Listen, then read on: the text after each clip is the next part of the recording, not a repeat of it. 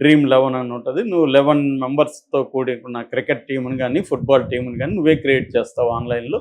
అంటే ఇక్కడ కూడా ఫాంటసీ ఉంటది. స్కిల్ కూడా దీంట్లో ఉంటది. మూడోదేమో ఛాన్స్ బేస్డ్ బెట్టింగ్. ఇక్కడేమి నువ్వు యాక్టివ్‌గా ఉండాల్సిన అవసరం లేదు. ఎవరో ఒకరు గెలుస్తారని నువ్వు బెట్టింగ్ చేస్తే చాలు. ఫలానా అతను గెలుస్తాడనో, లేకపోతే అతను ఇన్ని బాల్స్ 100 చేస్తాడనో చేస్తే చాలు. ఈ 3 రకాల్లో ఎక్కువగా మనం ఛాన్స్ బేస్డ్ బెట్టింగ్స్‌ని బ్యాన్ చేశారు. కానీ ఇప్పుడు ఏమవుతున్నారంటే అందరూ వచ్చేసి స్కిల్ బేస్డ్ బెట్టింగ్ అనేసి దీంట్లోకి వెళ్ళిపోతున్నారు. ఎసెన్స్‌లో ఛాన్స్ బేస్డ్ కానీ దానికి ఏవో కొన్ని క్రియేట్ చేసి ఇది స్కిల్ బేస్డ్ అని సుప్రీంకోర్టు కూడా కొన్నిటికి స్కిల్ బేస్డే అని క్లీన్ చిట్ ఇచ్చిందనమాట.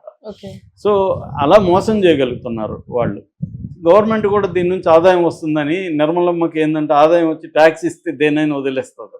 సో మనకి ఇప్పుడు డే ట్రేడింగ్ ఇవన్నీ కూడా ఉన్నాయి కదా, ఫీచర్స్ అండ్ ఆప్షన్స్, ఇవన్నీ కూడా ఇలాంటి బెట్టింగ్ లాంటివి. అవి కూడా ఎందుకంటే దాంట్లో లాస్ అయ్యే వాళ్ళు 98% లాస్ అవుతారు, 2% మాత్రమే డబ్బులు సంపాదిస్తారు. అయినా అవి ఎందుకు ఉన్నాయంటే వాటి మీద ట్యాక్స్ ఎక్కువ వేస్తాను. ఇప్పుడు జగన్ సారా బ్యాన్ అంటే ఏం చెప్పాడు, అతను లాజిక్ ఏంటి, నేను ఎక్కువ డబ్బులతో అమ్ముతాను అంటాడు. అదేం లాజిక్, నువ్వు ఆపాలి కదా. ఆపకుండా ఎక్కువ డబ్బులతో అమ్మితే గవర్నమెంట్కి ఆదాయం, వ్యక్తులుగా దాంట్లో నుంచి లంచాల్లో వాళ్ళకి ఆదాయం, ప్రజల నెత్తినేమో మళ్ళీ భారం, ఎక్కువ తాగేవాడికి ఎక్కువ పడుతుంది. సో ఇలా గవర్నమెంట్సే ఈ డబుల్ గేమ్లు ఆడుతుంటాయి. ఇంకా వ్యక్తుల్ని మనం ఏమంటాం. అందుకనే షారుఖ్ ఖాన్ని ఒక ఇంటర్వ్యూలో అడిగితే సిగరెట్కి మీరు ఎందుకు ప్రమోట్ చేస్తున్నారంటే, అంటే గవర్నమెంటే డబ్బులు సంపాదించాలా, మేము సంపాదించుకోకూడదా అని అడిగాడు. ఆయన లాజిక్ ఉంది అది. అంటే మోరల్ బర్డన్ సినిమా వాళ్ళ మీద, క్రికెట్ వాళ్ళ మీద, ఇంకొకరి మీద ఎందుకు వేయాలి, గవర్నమెంట్ ఎందుకు ఆ బర్డన్ తీసుకోకూడదు అనేది ఇక్కడ ప్రధానమైన ప్రశ్న. సో ఈ నేపథ్యంలో ఏమైందంటే వీళ్ళు ఇప్పుడు దేంట్లైనా కూడా మనకు నేరాల్లో చూస్తే చిన్నవాళ్ళే ఎక్కువ బలవుతుంటారు పెద్దవాళ్ళ కంటే. ఇప్పుడు విజయ్ దేవరకొండ ఇంకొకరిని పిలిపించరు, వీళ్ళని పిలిపించారు, విష్ణుప్రియ, వీళ్ళంతా ఏదో వాళ్ళ బతుకు తెరువుకు తప్ప వాళ్ళు ఏమీ కోట్లు సంపాదించే పరిస్థితి కాదు కదా. వాళ్ళ ఇన్ఫ్లుయెన్సర్లే ఎంతమంది ఉంటారు, ఏ 5 లక్షలు 10 లక్షలు ఉంటారు. అంతకంటే ఏమి మిలియన్స్ లేదా క్రోర్స్లో వాళ్ళ ఇన్ఫ్లుయెన్సర్లు ఉండే ఛాన్స్ లేదు. వాళ్ళకి వచ్చే డబ్బులు కూడా అలాగే ఉంటుంది. మామూలుగానే యూట్యూబ్ ఛానల్లో ఎవరు బతికే పరిస్థితి వాళ్ళు లేదు. అలాంటిది ఇవి బయట నుంచి కమర్షియల్ యాడ్స్ వీటి మీద వాళ్ళు బతుకుతుంటారు. అది మోరల్గా తప్పే ఖచ్చితంగా. ఎందుకంటే దానివల్ల చాలామంది ఆత్మహత్యలు చేసుకుంటున్నారు. మోరల్గా తప్పే. కానీ ఇక్కడ ఎవరు మొరాలిటీని ఎవరు నిర్ణయించే హక్కు ఉంది అని నేను అడుగుతున్నాను. ఎందుకంటే గవర్నమెంట్కే లేనప్పుడు వ్యక్తులకి మొరాలిటీ లేదని ఎందుకు మనం వాళ్ళని విలన్స్ లాగా క్రియేట్ చేయడం.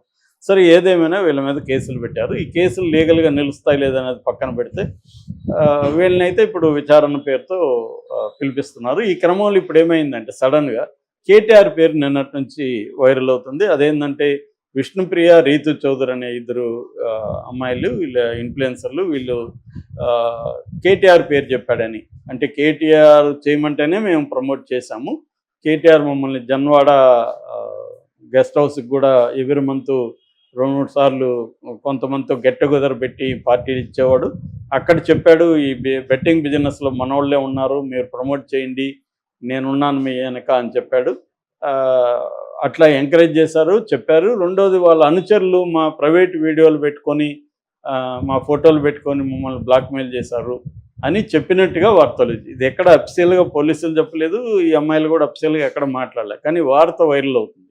అంటే ఇక్కడ 2 విషయాలు ఉన్నాయి. ఒకటి, ఆల్రెడీ ఫోన్ ట్యాపింగ్లో కేటీఆర్ పేరు ఉంది. కేటీఆర్ సినిమా వాళ్ళ మీద ఎక్కువగా ఫోన్ ట్యాపింగ్ చేశాడు. కొంతమంది హీరోయిన్ల ఫోన్ ట్యాపింగ్లు చేసి వాళ్ళని బ్లాక్మెయిల్ చేసి తను లోపరుచుకున్నాడు అనేది ప్రధాన ఆరోపణ. సో రెండవది, వీళ్ళు ఈ చెప్పకపోయినా కాంగ్రెస్కి బీఆర్ఎస్కి మధ్య సోషల్ మీడియా వార్ జరుగుతుంది ఇప్పుడు.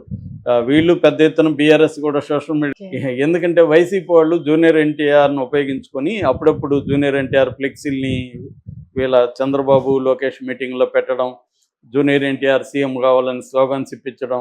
కొంతవరకు జూనియర్ ఎన్టీఆర్ అభిమానులు ఇచ్చి ఉండొచ్చు, ఎక్కువ భాగం ఆర్గనైజ్డ్గా చేసింది మాత్రం వైసీపీ చేసింది.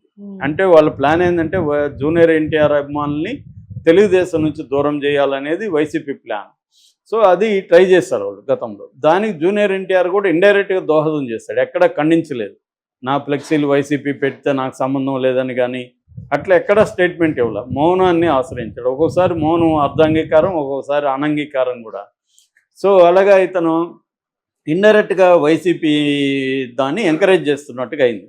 అట్లాగే జూనియర్ ఎన్టీఆర్ 2009కి ముందు 2009 ఎలక్షన్లో చంద్రబాబుకి తరపున తెలుగుదేశం తరపున క్యాంపెయిన్ చేయడం అవన్నీ చేసిన తర్వాత ఒక్కసారిగా లోకేష్ రంగంలోకి దిగినాక చంద్రబాబు కూడా జూనియర్ ఎన్టీఆర్ని పక్కన పట్టేస్తాడు.